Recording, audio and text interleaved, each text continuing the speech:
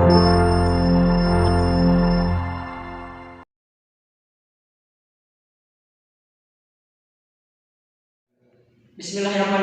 Assalamualaikum warahmatullahi wabarakatuh.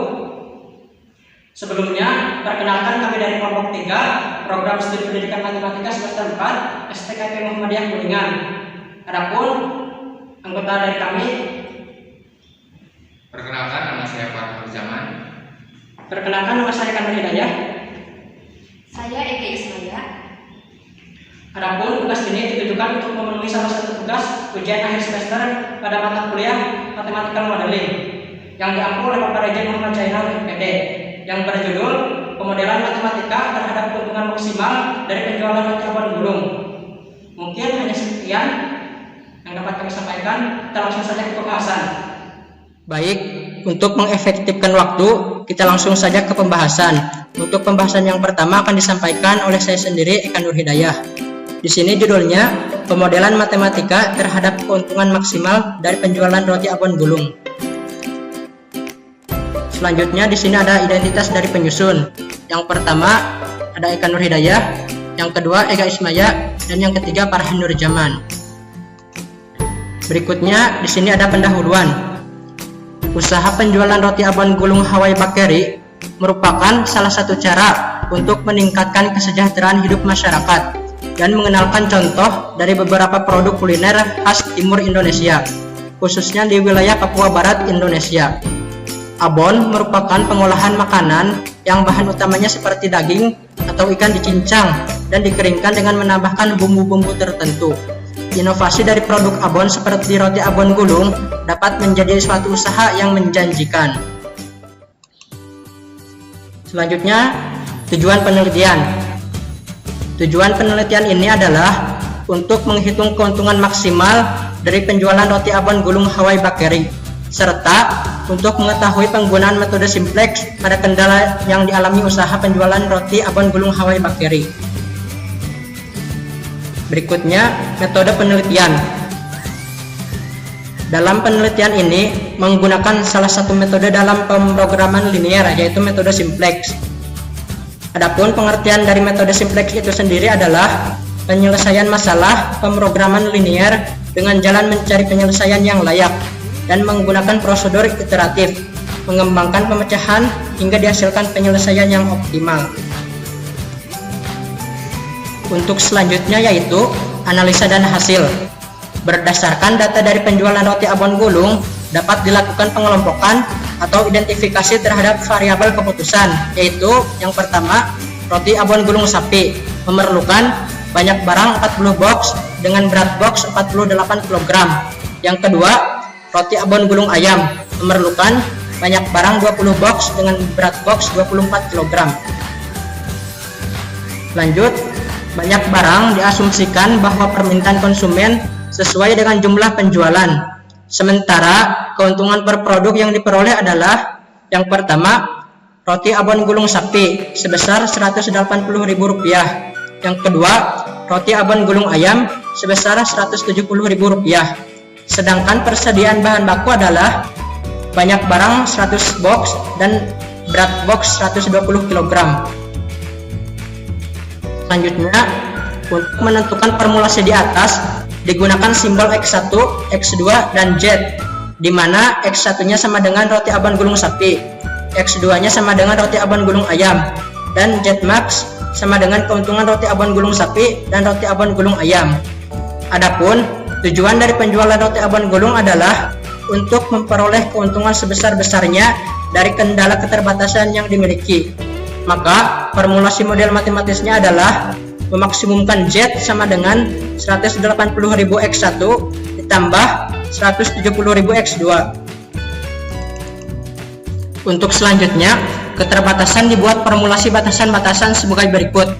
Di sini terdapat tabel 1, yaitu bahan baku, jenis produk, dan laba. Untuk kolom yang pertama yaitu kendala, yang terdiri dari banyak box, berat box, dan keuntungan dalam rupiah. Untuk kolom berikutnya jenis produk, yang terdiri dari kolom abon sapi dan kolom abon ayam. Untuk kolom abon sapi banyak boxnya yaitu 40, berat box 48, dan keuntungannya Rp180.000. Untuk kolom abon ayam banyak box 20, berat box 24 dan keuntungannya Rp170.000. Dan untuk kolom yang terakhir kapasitas dengan banyak box 100 dan berat box 120. Selanjutnya yang pertama, data tabel 1 dapat dibuat penyelesaian program linear persoalan maksimum. Langkah-langkah penyelesaiannya adalah sebagai berikut. Untuk yang A, 40x1 ditambah 20x2 lebih kecil daripada sama dengan 100 diubah menjadi 40x1 ditambah 20x2 sama dengan 100. Untuk yang B, 48x1 ditambah 24x2 lebih kecil daripada sama dengan 120 diubah menjadi 48x1 ditambah 24x2 sama dengan 120. Untuk yang kedua, fungsi tujuan diubah menjadi Z dikurangi 180.000x1 dikurangi 170.000x2 sama dengan 0. Fungsi batasan diubah dengan memberikan variabel select menjadi A 40x1 ditambah 20x2 lebih kecil daripada sama dengan 100 diubah menjadi 40x1 ditambah 20x2 ditambah s1 sama dengan 100. Untuk yang B, 48x1 ditambah 24x2 lebih kecil daripada sama dengan 120 diubah menjadi 48x1 ditambah 24x2 ditambah s2 sama dengan 120. Lanjut, persamaan-persamaan di atas disusun ke dalam tabel simplex untuk mengetahui formulasi dari permasalahan.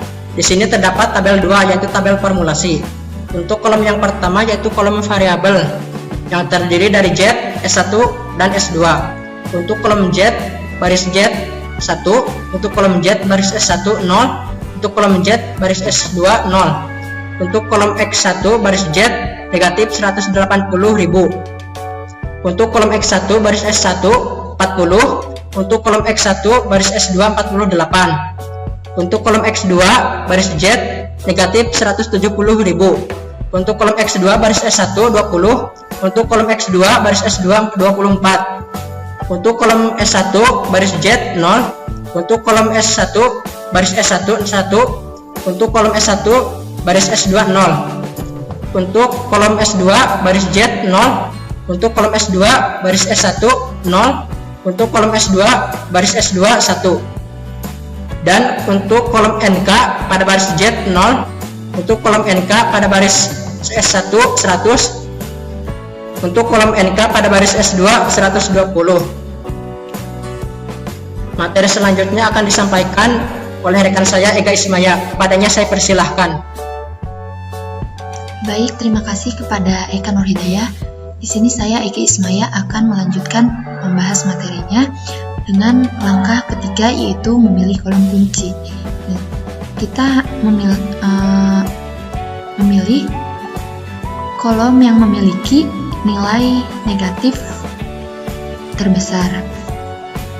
Di dalam tabel 3 formulasi ini kita sudah ketahui bahwa kolom kuncinya yaitu di kolom X1 karena di dalam kolom X1 memiliki nilai negatif terbesar di antara kolom-kolom yang lain. Maka kolom X1 disebut dengan kolom kunci.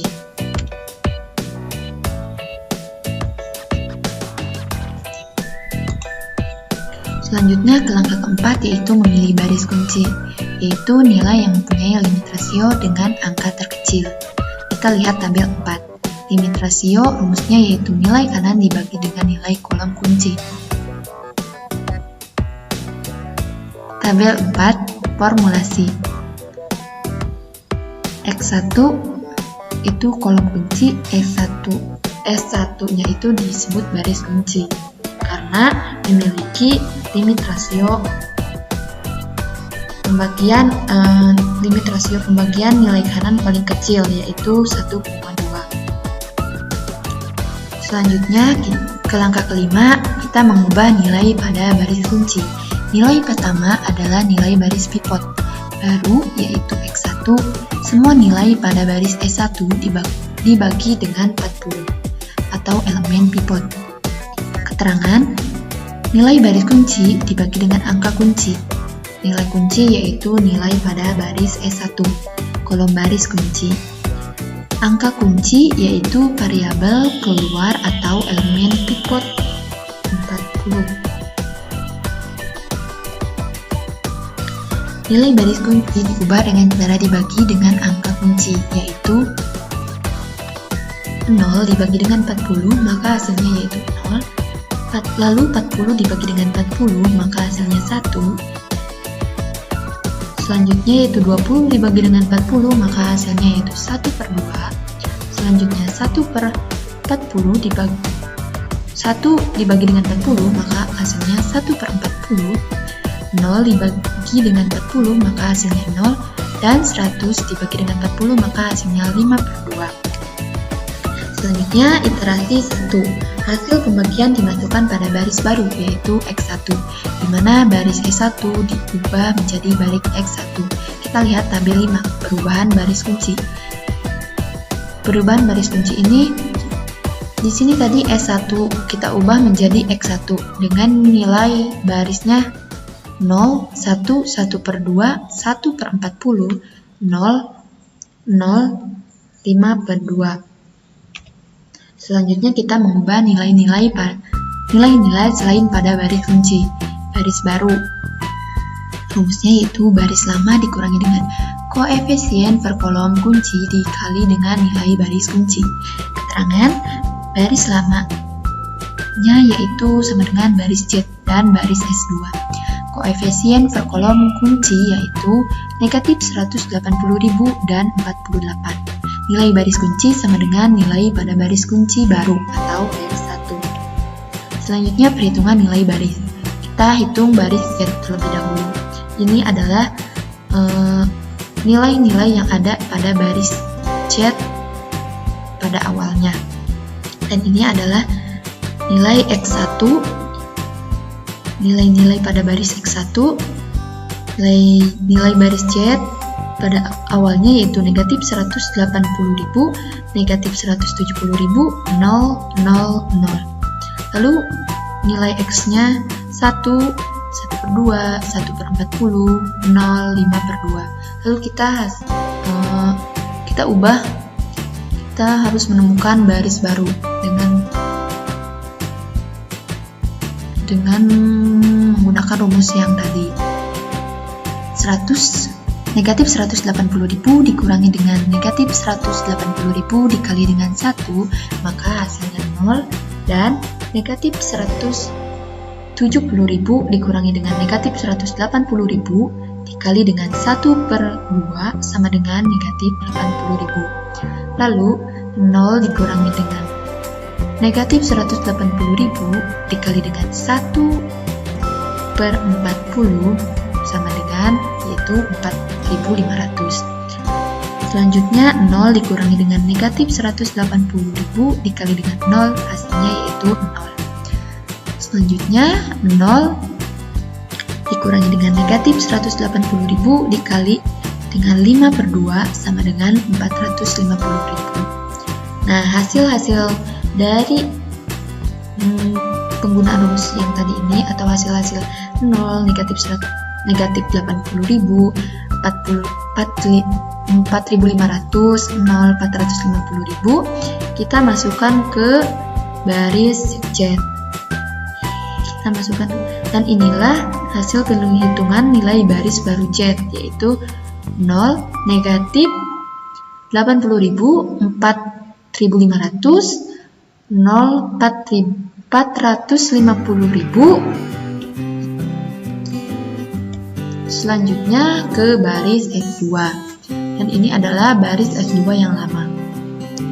Ada 48, 24, 0, 1, 120, dan X1-nya, nilai yang ada pada X1-nya yaitu 1, 1/2, 1/40, 0, 5/2. Kita ubah menjadi baris baru dengan rumusnya yaitu 48 dikurangi dengan 48 dikali 1, maka hasilnya 0. 24 dikurangi dengan 48 dikali 1/2 sama dengan 0. Dan 0 dikurangi 48 dikali dengan 1/40, ini 1/40, sama dengan hasilnya itu negatif 6/5.